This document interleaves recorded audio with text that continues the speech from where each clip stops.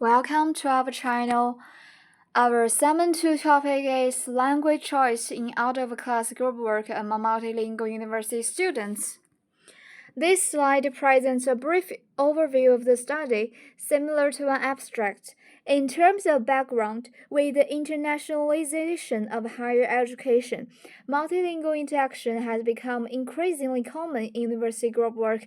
Although English is often expected to be the shared academic language, students frequently use their mother tongue, especially during out-of-class collaboration. However, there is a research gap here. Everyday language choices in such informal academic settings remain relatively underexplored, particularly from students' own perspectives. Therefore, this study aims to examine how multilingual university students choose between English and their mother tongue in out-of-class group work, and to identify the factors influencing these choices. Methodologically, we adopted a qualitative research design using semi-structured interviews with 4 to 6 multilingual students. The data are analysis through semantic analysis from a social linguistic perspective, focusing on patterns of language use and the students' explanations.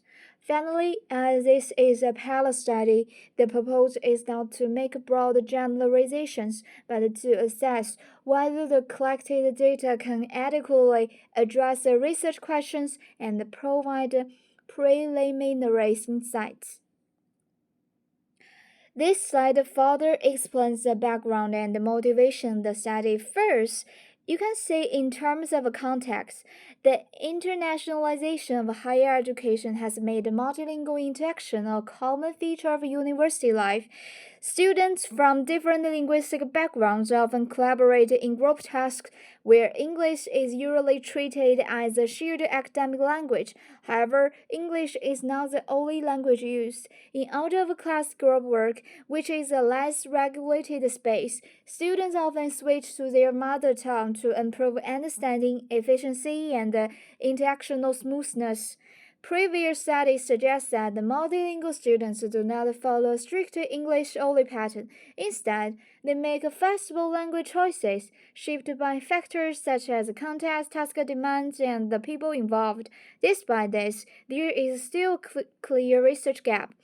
We have limited understanding of students' own explanations for their everyday language choices in out-of-class group work. It also remains unclear how international dynamics, task demands, and affective factors jointly influence these decisions. Therefore, this study seeks to address this gap by focusing on students' lived experiences and perspectives on language choice in multilingual group collaborations. First, the overall focus of the research is multilingual university students' language choices in out-of-class group work, which is a less formal and less regulated limited space. Research objective 1 is to explore how students choose between English and their mother tongue when working in groups outside the classroom. Instead of assuming an English-only environment, we wanted to understand what students actually do in real academic collaboration. Research objective 2 is to identify the main factors influencing these language choices, such as task type, group members, or communicative needs. Based on these objectives, we propose 2 research questions. RQ1 asks how multilingual university students choose between English and their mother tongue during out-of-class group work. RQ2 focuses on why they make these choices by examining the factors that influence their language use. Together, the objectives and research questions aim to capture both language practice and the students' reasoning behind them. For the theoretical framework, this study draws on 2 main perspectives. First, from a social linguistic perspective, language choice is seen as context dependent and strategic. Students choose languages based on interactional settings, peer dynamics, and communicative goals, rather than following an English only norm. Second, the study also adopts a functional and affective perspective, which highlights how language choice is influenced by emotional needs, such as comfort, anxiety management, and feelings of inclusion or exclusion. Together, these perspectives help explain how language choices are made and why students prefer certain languages in out-of-class group work. As this is a pilot study, the framework is used to test whether these perspectives are suitable for analyzing students' reported language practices. And moving on to the literature review, previous studies show several constant findings. Research suggests that multilingual students make strategic language choices, especially in out-of-class group work, where they often shift to their mother tongue to improve understanding and test efficiency. Language choice is also shaped by social and regional factors, as well as affective factors such as anxiety, identity, and inclusion. However, despite these insights, clear gaps remain. There is less focus on out-of-class group work, limited attention to students' own perspectives, and affective factors are often examined in isolation, rather than being linked to interactional and text-based contexts. And there are two slides present a summary of case studies related to language choice. I'll highlight the main pattern and limitations rather than go through each study in detail. So some studies mainly focus on classroom interaction or institutional language policy, which tends to underrepresent students' agency in language choice. Others examine code switching practices, but often rely on small samples or descriptive patterns. Across these studies, we can see that while some focus on contextual factors and others are affective or identity-related issues, few studies integrate these perspectives. In addition, students' own explanations of why they choose particular languages in out-of-class group work are still underexplored. Therefore, building on these gaps, the present pilot study integrates sociolinguistic and affective perspectives to explore language choice in out-of-class group work, with a specific focus on students' own reported language practices.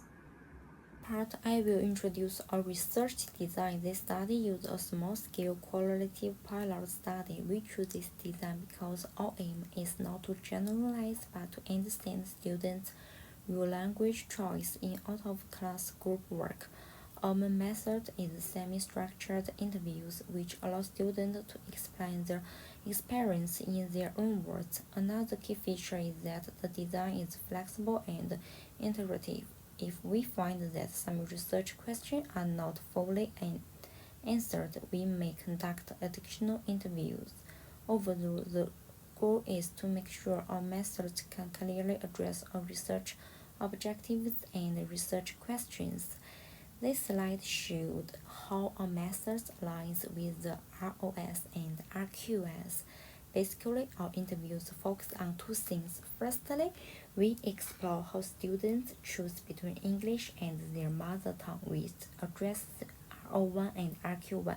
Secondly, we look at what factors influence this choice, such as task types and peer relationships, which links to RO2 and RQ2. So, our interview design is directly connected to our research questions. Next, I will talk about the participants.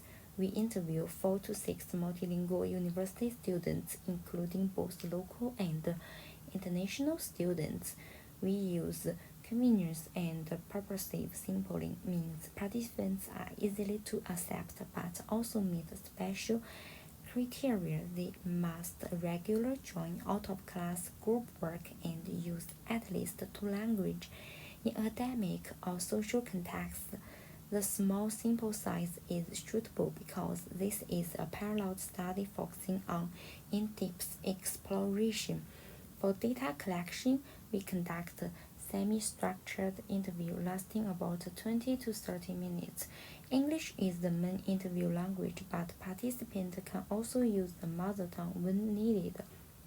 This helps them explore ideas more clearly and reduce process. The data collection process is also iterative, so adjustments can be made if necessary. Our main research is instruments is an interview guide with open-ended questions. The question focuses on language use, the situation where different languages are preferred, and factors influencing this choice. For data analysts, we follow 4 steps. First, interviews are transcribed determines. Second, we apply semantic coding. Third, codes are grouped into themes. Finally, we check whether the themes follow address the research questions. Finally, I will briefly talk about considerations. Participants are informed about the study before the interviews and informed consent in absent. Participants is voluntary and participants can withdraw at any time. All personal information is kept confidential and the pseudonym are used. The data is used only for academic purpose. Okay, that's all. Thank you for listening.